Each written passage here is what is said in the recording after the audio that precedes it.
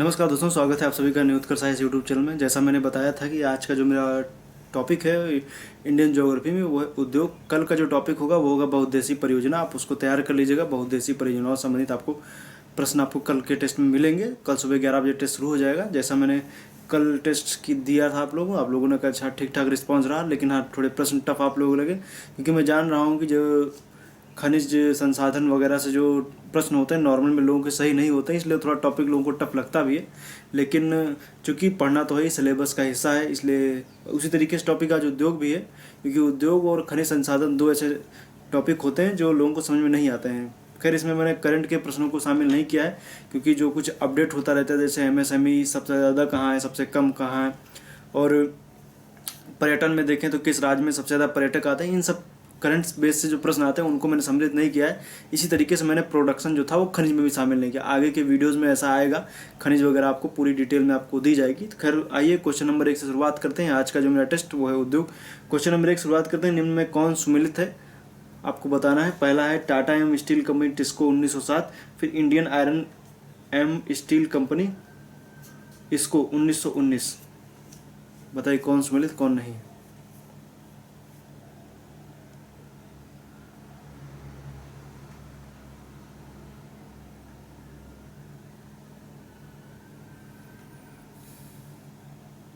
तो question number 1 का जो है वो सिर्फ पहला वाला सुमेलित है, क्योंकि जो इसको है वो 1918 की 1919 की नहीं है।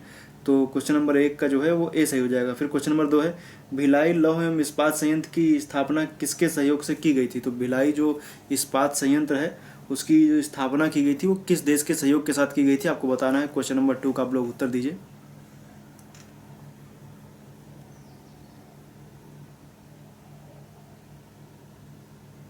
तो क्वेश्चन नंबर 2 का जो है वो ए सही हो जाएगा, रूस। क्वेश्चन नंबर 2 का क्या है, रूस है। रूस के मतलब सोवियत संघ रूस जो था उसके सहयोग से की गई थी। तो क्वेश्चन नंबर 2 का जो है वो ए सही हो जाएगा। फिर हम क्वेश्चन नंबर 3 की तरफ आएंगे।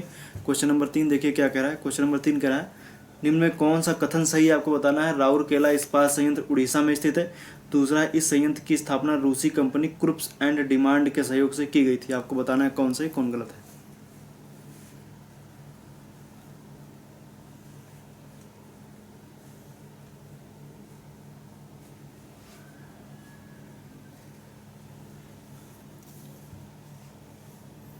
तो क्वेश्चन नंबर 2 का देखिए, राउरकेला इस्पात संयंत्र उड़ीसा में स्थित है। उड़ीसा का सुंदरगढ़ जिला है वहीं पर स्थित है।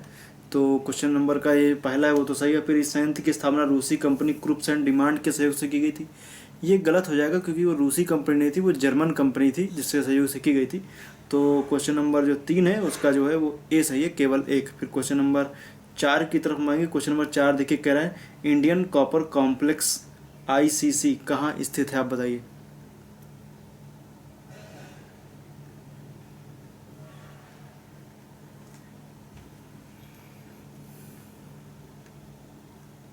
तो क्वेश्चन नंबर 2 का जो है घाटशिला झारखंड से हो जाएगा। मतलब क्वेश्चन नंबर 4 का जो है वो बी ऑप्शन सही है, घाटशिला झारखंड। क्वेश्चन नंबर 5 है निम्न में कौन सा कथन सही है, आपको बताना है। तो जिसमें दिया हुआ है, पहला तथ्य दिया गया देश की सबसे बड़ी एल्यूमिनियम संयंत्र नालको है। दूसरा है नालको की स्थापना 1981 में की गई थी। बताइए कौन सही है कौन गलत है, आपको बताना है।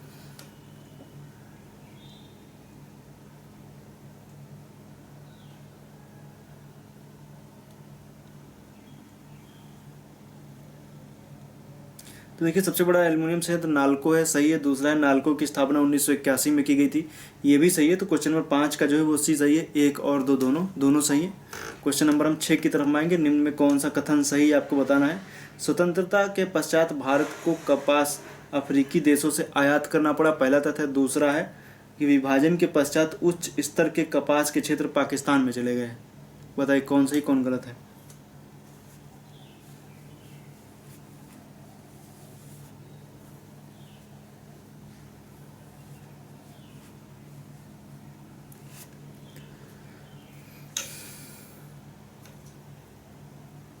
तो इसमें आप देखेंगे तो स्वतंत्रता के पश्चात भारत को अफ्रीकी देश मिस्र वगैरह से क्या करना पड़ता था, कपास को आयात करना पड़ता था।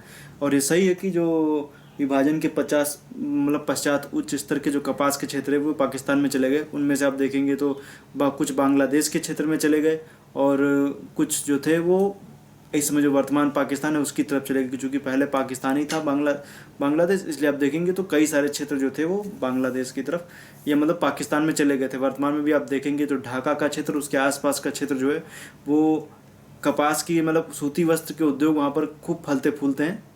तो क्वेश्चन नंबर 6 का जो है वो सी सही है। फिर क्वेश्चन नंबर 7 है, दक्षिण भारत का मैनचेस्टर किसे कहते हैं? आप लोग बताइए, दक्षिण भारत का मैनचेस्टर किसे कहते हैं?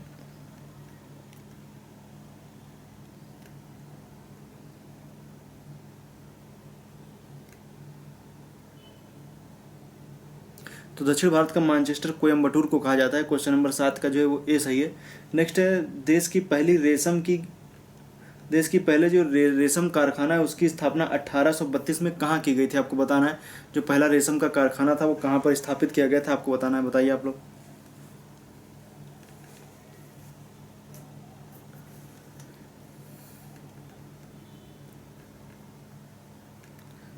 तो इसका जो उत्तर सही हो जाएगा क्वेश्चन नंबर 8 का जो है वो सी सही हो जाएगा, हावड़ा। तो क्वेश्चन नंबर 8 का जो है वो सी सही है, हावड़ा सही है। फिर क्वेश्चन नंबर 9 है। क्वेश्चन नंबर 9 देखिए क्या कह रहा है, जूट का सर्वाधिक उत्पादन बताना है कौन सही है कौन गलत है। फैक्ट दिए गए हैं तो उनके आधार पर आपको बताना है, पहला सही है, पहला दूसरा सही। बताइए निम्न में कौन सा कथन सही आपको बताना है। वैसे पहला दिया है, जूट का सर्वाधिक उत्पादन गर्म आर्द्र जलवायु क्षेत्र में होता है। दूसरा है, जूट की पहली फैक्ट्री की स्थापना रिसरा में की गई थी। तो बताइए कौन सही कौन गलत है।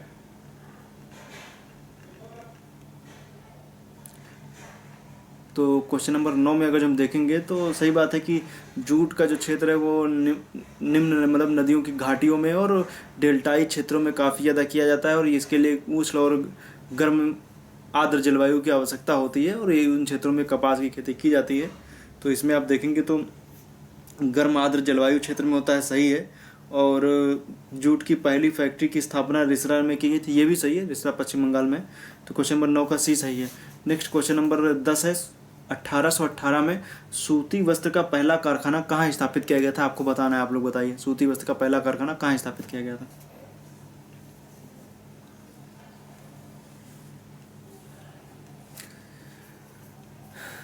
गर्मी काफ़ी ज़्यादा बढ़ गई इसलिए बार बार पसीना पोंछना पड़ता है।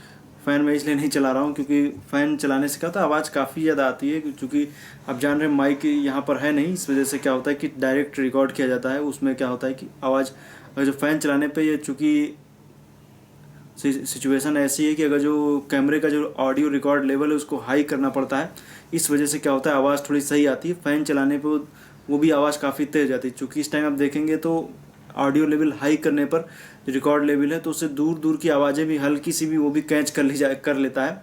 इस वजह से फ़ैन नहीं चलाता हूँ मैं। बाकी मैं कल ट्रायल के रूप में फ़ैन चलाऊँगा, अगर जो आवाज़ ज़्यादा नहीं आई तो फिर मैं चलाऊँगा। बाकी आवाज़ मेरी तो आती रहेगी, फ़ैन चलेगा तब भी, लेकिन थोड़ा सा जब आप ईयरफोन लगा करके देखते हैं तो थोड़ा सा उसमें नॉइज़ बहुत ज़्यादा आती है। मैं ऐसा ट्राई कर चुका हूँ पहले, इसीलिए मैं बता रहा हूँ आपको। तो कल ट्राई करेंगे, देखते हैं। बाकी इसी वजह से क्या होता है, जब पसीना ज़्यादा निकलता है तो पढ़ने में और बताने में थोड़ा सा ज़्यादा डिस्टर्ब होने लगता है। तो आइए देखते हैं। फिर क्वेश्चन नंबर 10 है, 1818 में सूती वस्त्र का पहला कारखाना कहाँ स्थापित किया गया था? तो इसका उत्तर जो होगा वो ए सही हो जाएगा, फोर्ट ग्लास्टर पश्चिम बंगाल। चूँकि ये पहला कारखाना स्थापित तो किया गया था लेकिन ये असफल रहा था। फिर क्वेश्चन नंबर 11 है, भारतीय पर्यटन के स्वर्ण त्रिभुज में कौन सम्मिलित है? आपको बताना है।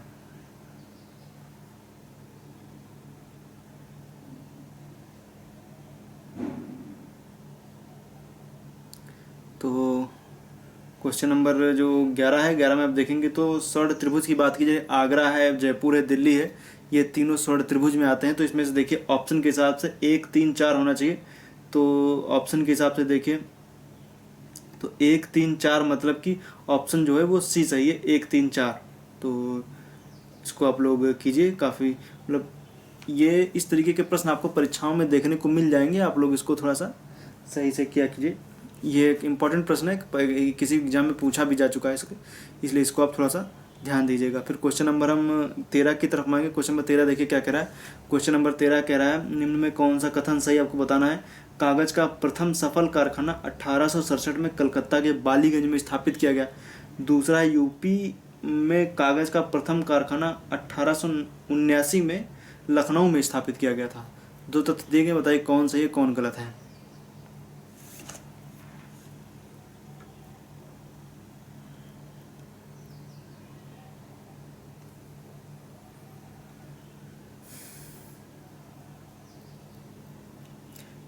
क्वेश्चन नंबर 13 का जो है वो सी है, पहला और दूसरा दोनों सही है। फिर क्वेश्चन नंबर 14 की तरफ आएंगे। क्वेश्चन नंबर 14 देखिए क्या कह रहा है, भारत के किस उद्योग में सर्वाधिक संख्या में महिलाएं कार्यरत हैं। सी याद रखिएगा, 13 का सी सही है, एक और दो दोनों सही है। क्वेश्चन नंबर 14 में हम आएंगे।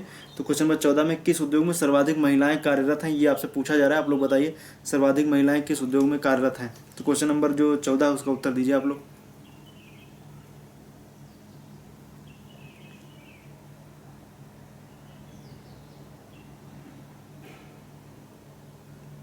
क्वेश्चन नंबर 14 का ये सही है, चाय उद्योग में आप देखेंगे कि जो देखे होंगे कि आप महिलाएं क्या करती हैं, पीछे टोकरी टांगे रहती हैं पीठ पर और चाय की पत्तियां तोड़ती रहती हैं। ये आप देखेंगे आसाम वगैरह के क्षेत्रों में और दार्जिलिंग के क्षेत्रों में ये सब आपको काफ़ी देखने को मिलेगा। इसमें सर्वाधिक परसेंटेज के हिसाब से सर्वाधिक महिलाएं कार्यरत हैं। तो क्वेश्चन नंबर 14 का जो है वो ए सही है, चाय है। फिर क्वेश्चन नंबर हम 15 की तरफ आएंगे। क्वेश्चन नंबर 15 है, निम्न में से कौन सा उद्योग आज भी पूर्ण रूप से सरकारी नियंत्रण में है। तो आपको बताना है कौन सा उद्योग सरकारी नियंत्रण में है।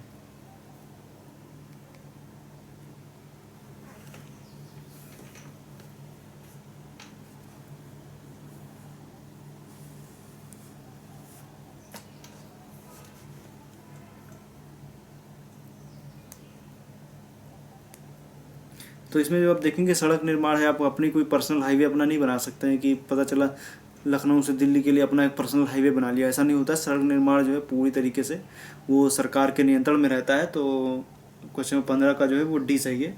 बाकी कुटीर उद्योग आप अपना चला सकते हैं, दूरभाष कंपनी भी आप अपनी, एयरटेल है, वोडाफोन है, सब अपनी चला रहे हैं। सूती वस्त्र उद्योग भी आप अपना निजी खोल सकते हैं, लेकिन सड़क निर्माण अपना निजी तौर पर आप नहीं कर सकते हैं। क्वेश्चन नंबर इन उद्योग के तौर पे, बाकी अपनी पर्सनल थोड़ी सी सड़क बना लीजिए, कच्ची है अपने घर तक तो बना ली, वो अलग बात है, लेकिन वो कोई उद्योग नहीं है। अपना पर्सनल आप सड़क नहीं बना सकते हैं, जिसको आप पब्लिकली जो लोग यूज करते हैं वो आप अपना नहीं कर सकते हैं, जैसे हाईवे वगैरह इस तरीके से नहीं कर सकते हैं। क्वेश्चन नंबर 16 है, केंद्रीय सिल्क बोर्ड की स्थापना किस वर्ष की गई थी। तो आपको बताना है केंद्रीय सिल्क बोर्ड की स्थापना किस वर्ष की गई थी, बताइए।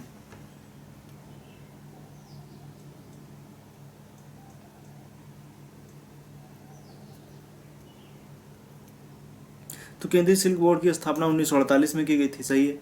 क्वेश्चन नंबर 16 का ए सही है। आप लोग उत्तर देते रहिए, जैसे मैं प्रश्न पूछ रहा हूँ उत्तर भी उसी लय में आप लोग दीजिए।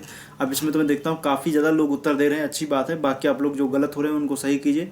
सही करने का मतलब ये कि आप मेरे प्रश्नों से नोट कर लीजिए और उससे रिलेटेड, जैसे मैंने पूछा केंद्रीय सिल्क बोर्ड की स्थापना किस वर्ष की गई थी, तो आप इसके सिल्क से संबंधित, मतलब कि रेशम से संबंधित जितने हैं उनके बारे में आप पूरी डिटेल निकाल लीजिए। रेशम से संबंधित है, कौन कौन से प्रकार होते हैं, कहाँ कहाँ पे ये इसका उत्पादन होता है और कौन पहले नंबर पे, कौन दूसरे नंबर पे, राज्यों के स्तर पे भी आप ऐसे आंकड़े पूरा सिल्क संबंधित आप निकाल लीजिए। कैसे किस तरीके से प्रश्न पहले पूछे गए हैं, रिपीटेड प्रश्न पूछे गए हैं, उसके बारे में आप उन सब चीज़ों को पूरा अच्छे से एनालिसिस कीजिए, तब इसका फ़ायदा मिलेगा। वरना आप केंद्रीय सिल्क बोर्ड मैंने पूछा 1948 में, बस आप इतना ही पता होगा, बाकी अब 2-3 दिन बाद हो सकता है ये भी भूल जाए, सिल्क से रिलेटेड और कुछ आ गया तो आप नहीं कर पाएंगे।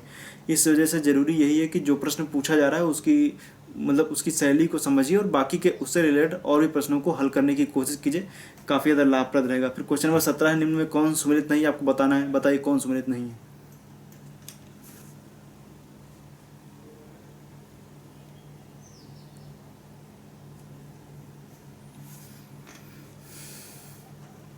जैसा कि आपके स्क्रीन के ऊपर आ रहा है, एक तरफ कंपनी और सहयोगी देश दिए गए हैं, तो बाल्को रूस, Nalco France, Hindalco USA, Malco Germany.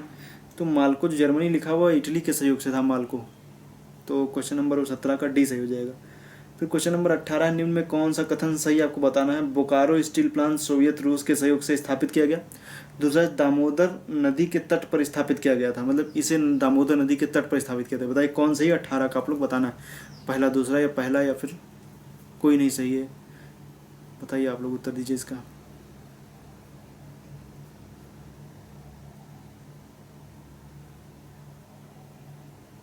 तो क्वेश्चन नंबर 18 जो है, क्वेश्चन नंबर 18 को जैसे मैंने बताया आपको, क्वेश्चन नंबर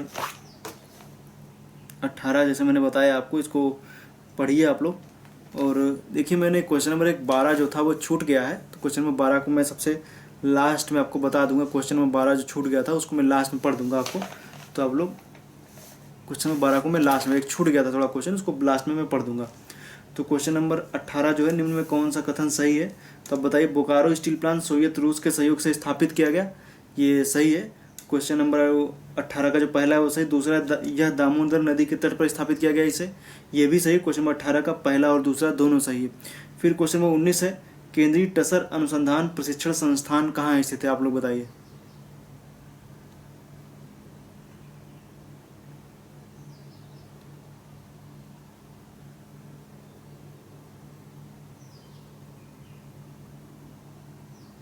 तो ये रांची में स्थित है। आप देखिए, सर्च कीजिएगा गूगल पे तो आपको दिखेगा, एक केंद्रीय टसर अनुसंधान प्रशिक्षण संस्थान कहाँ स्थित है, रांची में स्थित है। तो इससे मैंने बताया ना, रेशम से रिलेटेड जितने प्रश्न हैं उनको आप कीजिए, तो ये भी उन्हीं प्रश्नों में ये भी आ जाएगा, तो आप लोग इसको भी कीजिए। ये काफ़ी सब इंपॉर्टेंट चीज़ें हैं रेशम से संबंधित, आप लोग इनको किया कीजिए। तो क्वेश्चन नंबर जो 19 है उसका बी सही है, रांची। तो क्वेश्चन नंबर हम 20 की तरफ आएंगे। क्वेश्चन नंबर 20 देखिए क्या कह रहा है, निम्न में कौन सा कथन सही है। फिर आपको उसमें कथन के हिसाब से बताना है, पहला दूसरा कूट के आधार पर उत्तर देना है। बताइए कौन सही। 1991 की औद्योगिक नीति का उद्देश्य तेज आर्थिक विकास करना था। दूसरा है, इस नीति का उद्देश्य औद्योगिक जगत पर से प्रशासनिक हस्तक्षेप को कम करना भी था। बताइए।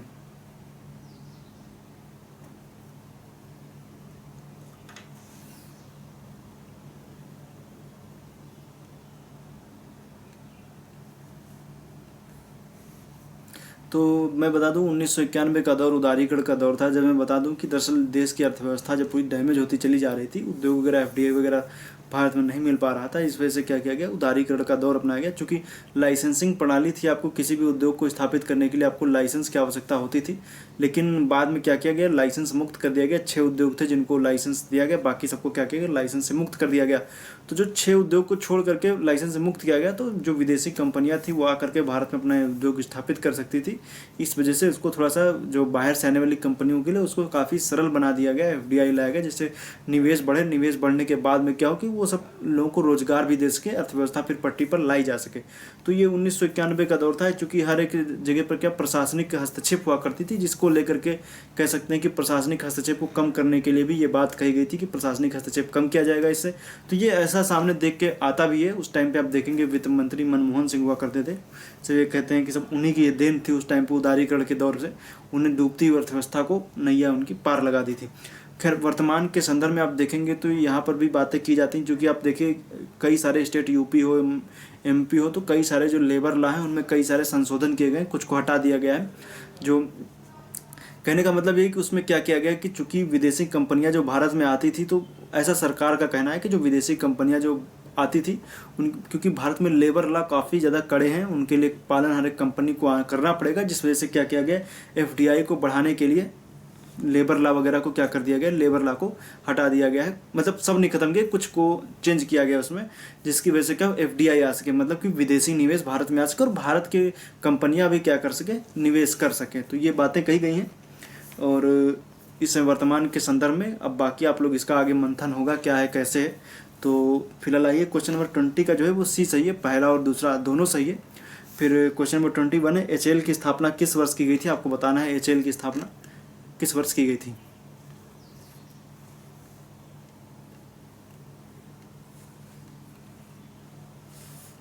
तो एचएएल की स्थापना जो थी वो 1940 में की गई थी। क्वेश्चन नंबर 21 का ए सही है, एचएएल 1940।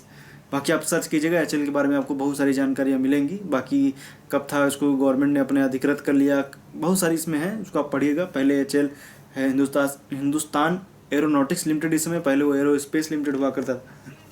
तो बाकी आप लोग पढ़िएगा इसके बारे में। क्वेश्चन नंबर 22 है, निम्न में कौन सुमेलित है, आपको बताना है। Rail coach factory Kapurthala Punjab, दूसरा है wheel and action plant Perambur Tamil Nadu. बताइए कौन सही कौन गलत है।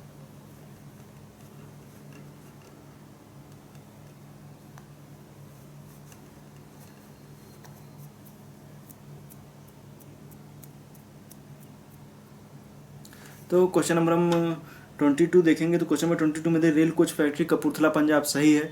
दूसरा है wheel and axle plant Perambur, ये गलत है, क्योंकि ये पेराम्बूर नहीं है, ये होना चाहिए यहाँ पर बेंगलुरु होना चाहिए।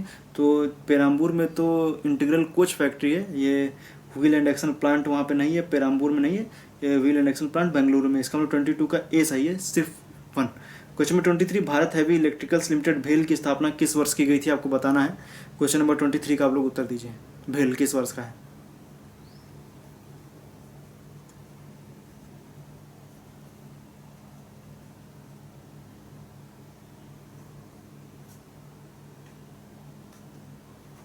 तो इसका उत्तर जो हो जाएगा क्वेश्चन नंबर 23 का जो उत्तर हो जाएगा वो बी सही है, 64 सही हो जाएगा।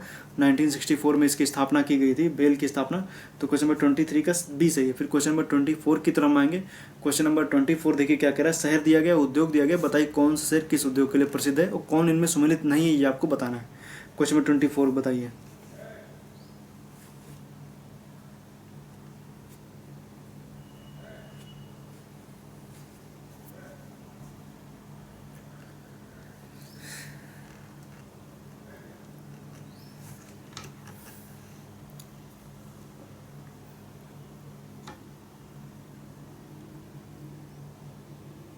क्वेश्चन नंबर 24 में देखिए विशाखापत्तनम माचिस उद्योग। विशाखापत्तनम में कोई माचिस उद्योग के लिए नहीं जाता, मत्स्य उत्पादन के लिए जाना जाता है। बंदरगाह भी मछली पालन, मछली के उद्योग के लिए कह सकते हैं, ये काफ़ी ज़्यादा प्रसिद्ध है।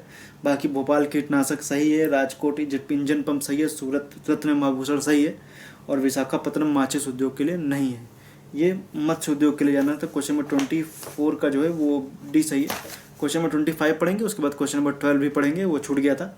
नेक्स्ट है क्वेश्चन नंबर 25, भारत की सिलिकॉन वैली किसे कहा जाता है, आपको बताना है। क्वेश्चन नंबर 25 आप लोग बताइए, भारत की सिलिकॉन वैली किसे कहते हैं। सिलिकॉन वैली आपको पता है कि कहाँ स्थित है। सिलिकॉन वैली कैलिफोर्निया में स्थित है, एक वैली ही है सिलिकॉन वैली, कैलिफोर्निया की राजधानी, जिसको बोलते हैं सैन फ्रांसिस्को, उसी को सिलिकॉन वैली के नाम से भी जानते हैं। काफ़ी ज़्यादा कह सकते हैं कि कंप्यूटर से रिलेटेड जितना है वो सॉफ्टवेयर से रिलेटेड सब कुछ वहाँ पे सब काम होता है। वहाँ पे बड़ी बड़ी कंपनियों के हेडक्वार्टर वहीं पर स्थित हैं, सिलिकॉन वैली मतलब सैन फ्रांसिस्को में।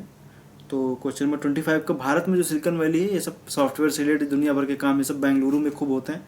क्वेश्चन नंबर 25 का जो है वो डी सही है, बेंगलुरु। फिर क्वेश्चन नंबर 12 भी हम पढ़ लें, बाकी आप लोग जिस तरह मैं पढ़ रहा हूँ उत्तर भी आप लोग देते रहिए, क्योंकि इस दौर में क्या करना है, उत्तर देना बहुत जरूरी है। अंत में मैं बताया कीजिए कि आपके कुल कितने सही हुए। लोग बता नहीं रहे इसमें, मैं देख रहा हूँ कुछ दिनों से 2-4 लोगों को छोड़ करके रहते काफ़ी ज़्यादा लोग ऑनलाइन में हैं, लेकिन बताते नहीं हैं। इसलिए आप लोग क्या किया कीजिए कि आप लोग कम से कम उनको उत्तर आप लोग जरूर दिया कीजिए कि कुल कितने लास्ट में सही हुए। पिछला टेस्ट में जान रहा हूँ आपका अच्छा नहीं हुआ है, कई सारे लोग के किसी के 10 सही, किसी के 13 सही, किसी के 15 सही, क्योंकि फैक्चुअल था और आप खनिज में कुछ और उसमें कुछ ज़्यादा चेंजेस कर भी नहीं सकते, सब फैक्चुअल ही रहता है। तो खैर हम समझ सकते हैं फैक्ट जल्दी याद भी नहीं होते, लेकिन अगर जो आप फैक्ट को 2-3 बार 2-3 दिन के गैप पे अगर जो उनको आप पढ़ लेंगे तो याद हो जाएंगे, भूलेंगे नहीं। बाकी आप लोग जो उनको रिवाइज करते रहिए, एग्जाम होने वाला हो तो खनिज पे और उद्योग पे थोड़ा सा एक बार पढ़ के चले जाइए, ये काफ़ी ज़्यादा इंपॉर्टेंट सेक्टर होता है। तो मैं समझ सकता हूँ कि अगर जो आपके 12-13 भी प्रश्न सही हैं तो भी काफ़ी अच्छी बात है। तो क्वेश्चन नंबर हम 12 को पढ़ते हैं। क्वेश्चन नंबर 12 क्या कह रहा है। क्वेश्चन नंबर 12 कह रहा है, भारत के निम्न लौह इस्पात क्षेत्रों में से कौन कोयला क्षेत्र से काफ़ी दूर स्थित है, आपको बताना है। क्वेश्चन नंबर 12 बताइए आप लोग।